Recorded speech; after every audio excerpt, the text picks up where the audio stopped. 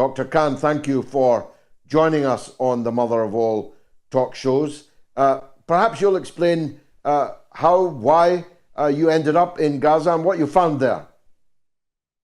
Well, thanks for having me, George. Great to be on the Mother of All talk shows. I was one of the first missions from the Canada and U.S. to actually go down. This was in December, and it was a random ask by a colleague of mine if I want to go, and I didn't think people were going at that point in time, and so I said yes immediately. I've been a lifetime humanitarian. I've been to over 40 different countries, worked in a lot of conflict and non and post-conflict zones in Asia, Africa, and South America. And basically, I said yes right away. We've all been seeing this live stream mass killing, plausible genocide, whatever you want to call it, genocide of a civilian population for 3 months at that point in time. And we're all suffering. I wanted to go and help, and that's what took me to Gaza. And where did you go? How did you get in, first of all? And where did you go and what did you find there? So basically, I went through Cairo because that's the only way you can go. And I traversed the Sinai Desert and went through what's called the Rafah border, which is controlled by Egypt. And in order to get into Gaza, you have to be approved by all the authorities, the Egyptian authorities, the Israeli authorities, Ministry of Health, and the WHO. And I got in and we landed at or we got through the border at about 6:30 p.m. Went through this harrowing night journey where I was the only car on the road, worried about Israel missile strikes, and we got to the European hospital, which is now the only functioning hospital in the Gaza Strip. At that point in time, there was Nasser Hospital, which is gone now, and the European hospital. And I mean, it was horrific what I saw. It was the most in seeing so much in my life, it was the most horrific thing that I've ever seen in my entire life. And I don't want to ever see that again. I don't think anybody should see that. First of all, the whole hospital was turned into a refugee camp. There was 20,000 at that time. So everything I tell you, George, is now 10 times worse, right? Everything. I was about there about 4 weeks ago. So it's much worse. At that point in time, there's 20,000 people homeless, living in these makeshift shelters of bed sheets and blankets covering them up. There was no tents because they thought relatively the hospital is the safest place to be. But as we've seen in this war on Gaza and the Palestinians, that nothing is safe. No international war crime is safe. There's no red line for the Israeli forces. We've seen that clearly. And so, fair enough. As soon as I got out, there was a 24-hour noise of drones humming. There are Israeli spy drones, but there's also quadcopter drones, which are the drones that are weaponized with missile or sniper fire. And there was constant humming. And right away, I noticed the bombs going. We're at that point in time, they were about a kilometer away from the hospital. Now, of course, they're right there. And you could hear the bombs, and your whole body would shake. And the ER docs told me, they said, listen, Dr. Khan, you know what? Give it 10, 15 minutes, the mass casualties will start coming in.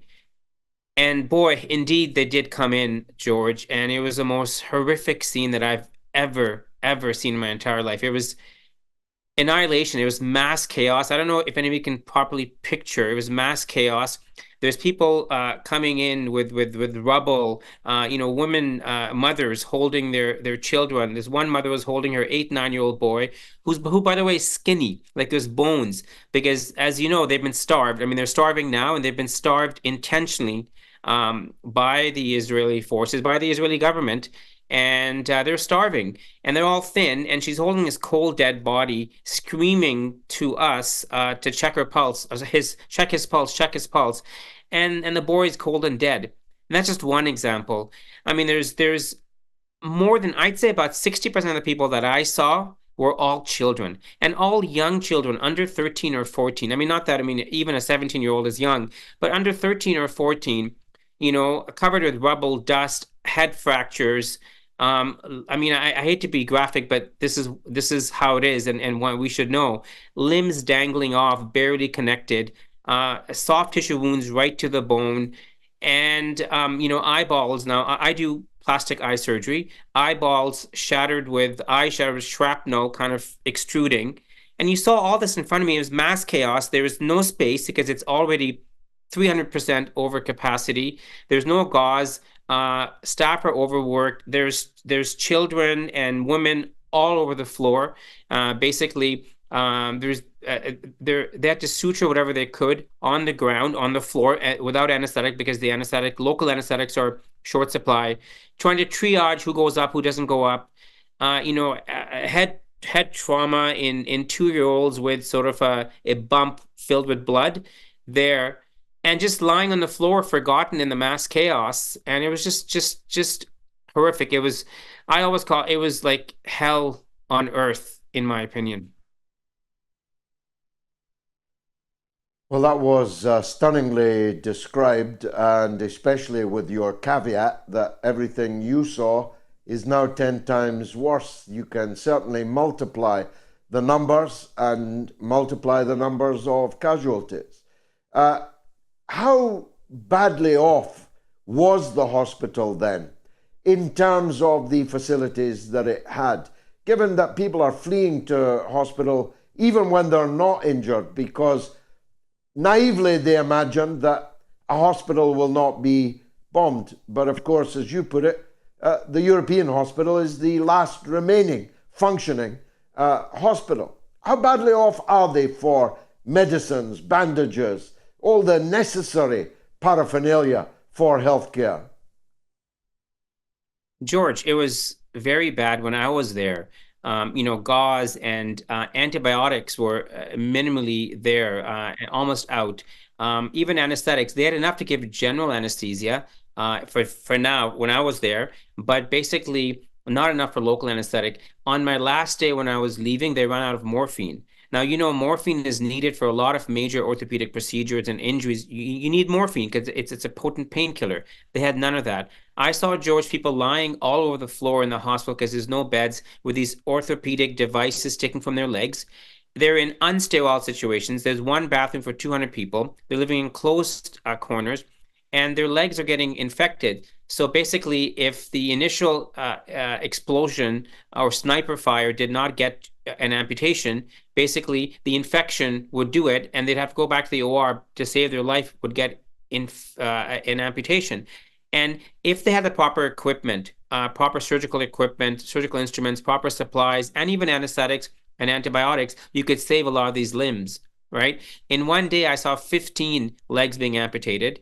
Almost all of them were under 16 years of age. So 14. I myself took about 10 shattered eyeballs out because of shrapnel.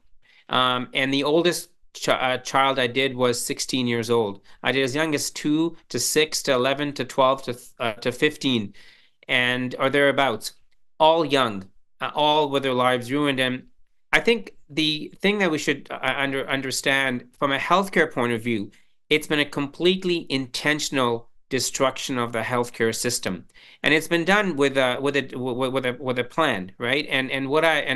Based on my discussions and my experience of speaking to physicians on the ground, the healthcare officials, the WHO, I was able to, and what I saw myself, get a picture where basically they've destroyed most hospitals. Doctors have tried to repopulate the hospitals, and they've been driven out by sniper fire or killed. They've, the 2,000-pound weapons of mass destruction that the Israeli forces have dropped don't get the tunnels, but they'll get all infrastructure, so sewage pipes, water pipes. You get sewage water mixing with drinking water. Bacterial diseases are rampant. Cholera, typhoid, not far away. Hepatitis A is endemic. Gastrointestinal diseases. And then don't forget, there's 15,000 bodies decomposing under the rubble. Now it's raining there. That rainwater leaches bacteria, mixes with the water supply. You get further epidemics. And the bizarre thing, and you know this, George, the bizarre thing is their politicians have said this openly. They've not hidden any of their plans. They've said that they want epidemics. They've said to wipe everything out, which is really bizarre because it's not like I'm making this up. I mean, they've said this, and they've, over 300 to 400 healthcare workers have been killed: doctors, nurses, paramedics, ambulances. And so, doctors have been kidnapped, right? And furthermore, antibiotics have been limited. So disease is rampant. They're starving. So they're malnourished, which means that they're more susceptible to infections and disease. And basically, it's been so where everything's flattened so that once this is all over, there'll be nothing to return back to. So they'll have to leave to seek healthcare. And that's been the plan from what I believe and from what I've talked to people on the ground, because they've destroyed everything and it makes no sense. It takes years to build a full functioning modern hospital, but seconds to destroy it, right? And so and I mean the amount of amputations, George, there's well over 5,000, I'd say. I mean, UNICEF 6 weeks ago said 1,000 approximately or more. There's at least 5,000 children, double amputees, 2 legs, 2 arms, 1 arm, 1 leg, who've been amputated. And, the specialists say it takes, by the time a child is an adult, it takes 8 or 9 or 12 surgeries to refine the stump, as they grow older. And especially, how is that going to happen? Because most of these kids have lost their parents, their support system, their grandfathers, grandmothers, uncles, aunts. Everybody's gone. So who's going to take care of these kids? So again, the thinking is that, you know what? If the bombs don't get you, disease will get you. And so it's an awful, awful, horrific scenario, George. Really, really horrific. And getting worse. Well, I'm almost speechless, Doctor. I'm almost speechless at the testimony that you're giving us. Your government and my government, and above all the United States government, but all the Western governments, to an enormous extent, whether it's greater or lesser, it's still enormous, deny all of this. For they could not accept it, they could not acknowledge it, because how could they then justify the political stance that they are taking? How is the testimony that you have brought back playing in Canada, once one of the kinder, gentler countries on the earth? No more, but once upon a time. How is it going down in Canada? Well, unfortunately, the stance of our Prime Minister Trudeau currently has been extremely disappointing to all of us who are on the side of humanity.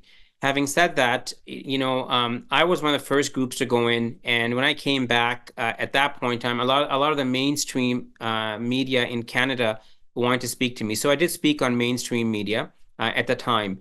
But now, George, if you look back, all these physicians are coming back in the UK, in the US, in Canada, and most of these people I don't know. We all have the same things to say. I mean, I was reading columns written now by physicians who just come back. It's the exact same thing I'm saying. We all have the same story because we're all witnessing, and this is hundreds of doctors now, the same thing, the same cruelty, the same mass killing. I mean, the Israeli killing machine has been vicious. I mean, George, when I was there, I was talking to my colleagues and doctors, and they said that they've seen injuries that they've never seen before, ever. They've seen missiles explode, filled with shrapnel intended to do permanent harm, so that any of these kids, if they survive, they'll survive handicapped, right? I've seen them use drones that cause weird amputations. Most amputations occur at the elbow or at the knee. These are above thigh, above arm amputations. And so the thinking is that, Israel, with its defense industry, if a weapon is what they discussed with me, if a weapon is battle tested, it's gonna have a higher value, isn't it? Right? So it all adds up to this diabolic plan that they're doing. And again, the bizarre thing, George, is they haven't hidden it. Like the ICJ said these statements in their final hearing. I mean, these are things that are not hidden. For me, the humanitarian and medical trauma is huge. It's huge, and just it's been frustrating, yeah.